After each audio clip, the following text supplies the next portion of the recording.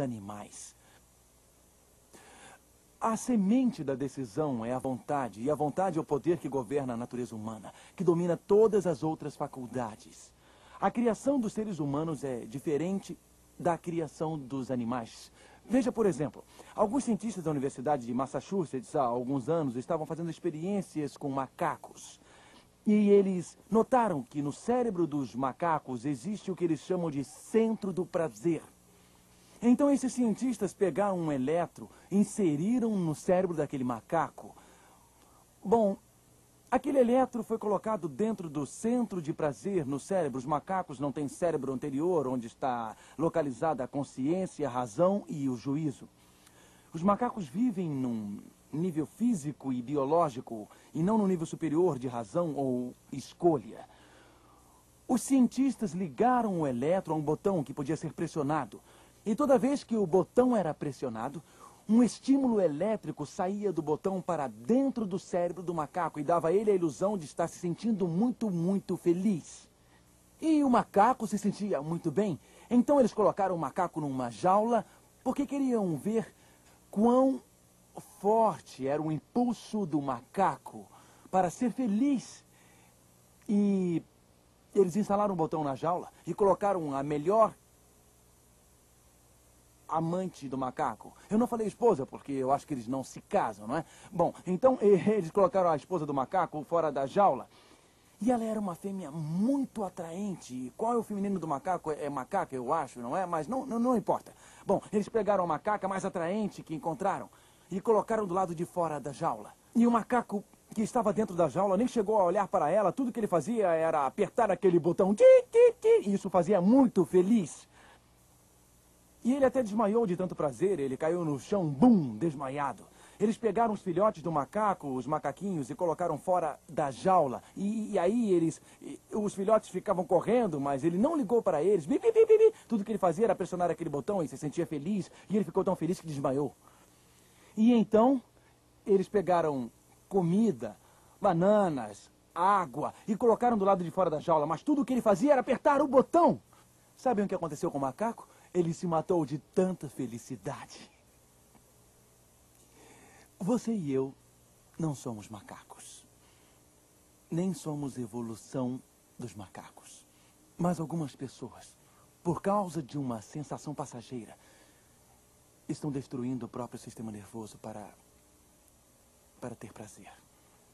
E o prazer que eles estão experimentando no álcool, no tabaco, no estilo de vida imoral, este prazer está matando. Mas eles continuam pressionando o botão outra vez, e outra vez, e outra vez. Em Daniel capítulo 1, verso 8, as escrituras dizem que Daniel tomou uma decisão. Daniel não tomou a decisão de simplesmente não fazer. Ele tomou a decisão de fazer alguma coisa. Daniel propôs em seu coração que ele não iria se corromper. E eu oro para que os jovens, todos os adultos e todos os anciões, aqueles de cabelos brancos, tomem a decisão de não se corromperem. Não se corrompa com o que você lê, isto pode poluir a sua mente. Não se corrompa com o que assiste na televisão, isto pode poluir a sua mente. E, madame, entregue seu corpo a Jesus, não se corrompa. Nesses últimos dias da nossa história, Deus está procurando homens e mulheres que tenham uma paixão em seu coração e um desejo em sua vida de obedecê-lo e de não se corromper com as pressões e com a conformidade do mundo em que vivemos. Agora note que para Daniel não se corromper, algo teve que ser retirado. E Daniel nunca iria receber aquilo que Deus queria lhe dar, a não ser que algo fosse retirado.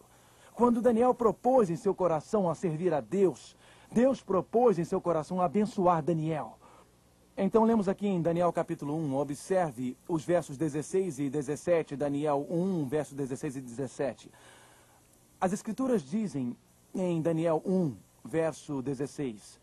Com isto, o cozinheiro-chefe tirou deles as finas iguarias e o vinho que eles deviam beber, e lhes dava legumes, isto é, comida vegetariana. Então a Bíblia diz que o cozinheiro-chefe tirou alguma coisa.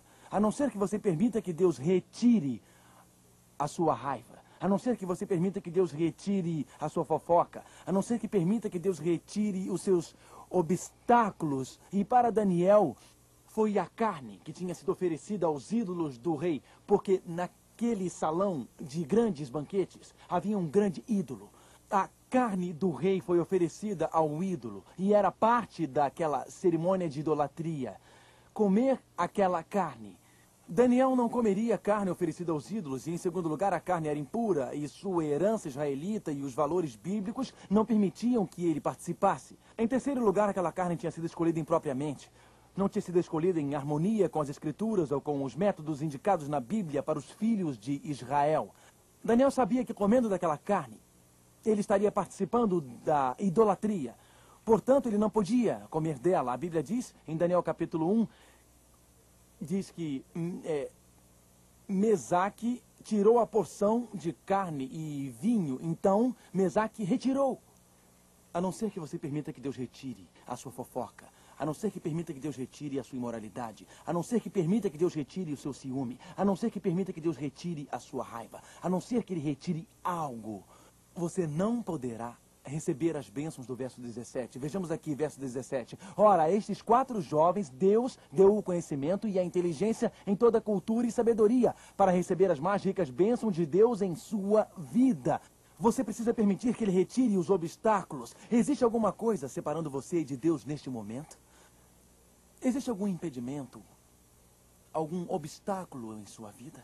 Como é que eu posso receber as grandiosas bênçãos de Deus? Como eu posso receber toda a abundância que Ele separou para mim? Existem 3 passos. Veja como receber as bênçãos de Deus. Em primeiro, você resolve agradar a Deus. Daniel resolveu agradar a Deus. E Deus resolveu abençoar a vida de Daniel. Você resolve agradar a Deus. Você diz em seu coração, eu não farei nada em minha vida, sabendo conscientemente que desobedeça a Deus. Eu não farei nada em minha vida, sabendo conscientemente que desagrada a Deus. Em segundo lugar, você permite que Deus retire os obstáculos. Quando Deus coloca o dedo e algo ferve em sua vida, não importa o quanto você goste desta coisa, não importa o quanto você ame esta coisa, não importa se esta coisa é o seu botão onde você aperta para lhe dar todo o prazer, diga apenas, Deus me criou, Deus me fez, Deus me formou, Deus me modelou, Deus sabe como me agradar melhor do que eu mesmo. Você acredita nisto? Acredita que Deus sabe como lhe agradar melhor do que você mesmo? E sabe de uma coisa, senhorita? Sabe de uma coisa, senhor? Se você parar de agradar a si mesmo e deixar Deus agradar a você, você será muito mais feliz em sua vida. Muito mesmo. Existem algumas pessoas que passam toda a vida tentando agradar a si mesmas. Passam 20 anos agradando a si mesmas e depois descobrem que estão mais infelizes do que antes. Ah, como eu gostaria que elas estivessem aqui ouvindo esta palestra. Deixe Deus agradar você. Entregue sua vida a Jesus. Permita que Ele retire qualquer obstáculo em sua vida. E abra seu coração para receber as mais ricas bênçãos de Deus. O capítulo 1 do livro de Daniel começou com uma grande derrota do Deus verdadeiro. A cidade de Deus, Jerusalém, estava em ruínas. O homem de Deus, Daniel, e seus amigos estavam em cativeiro.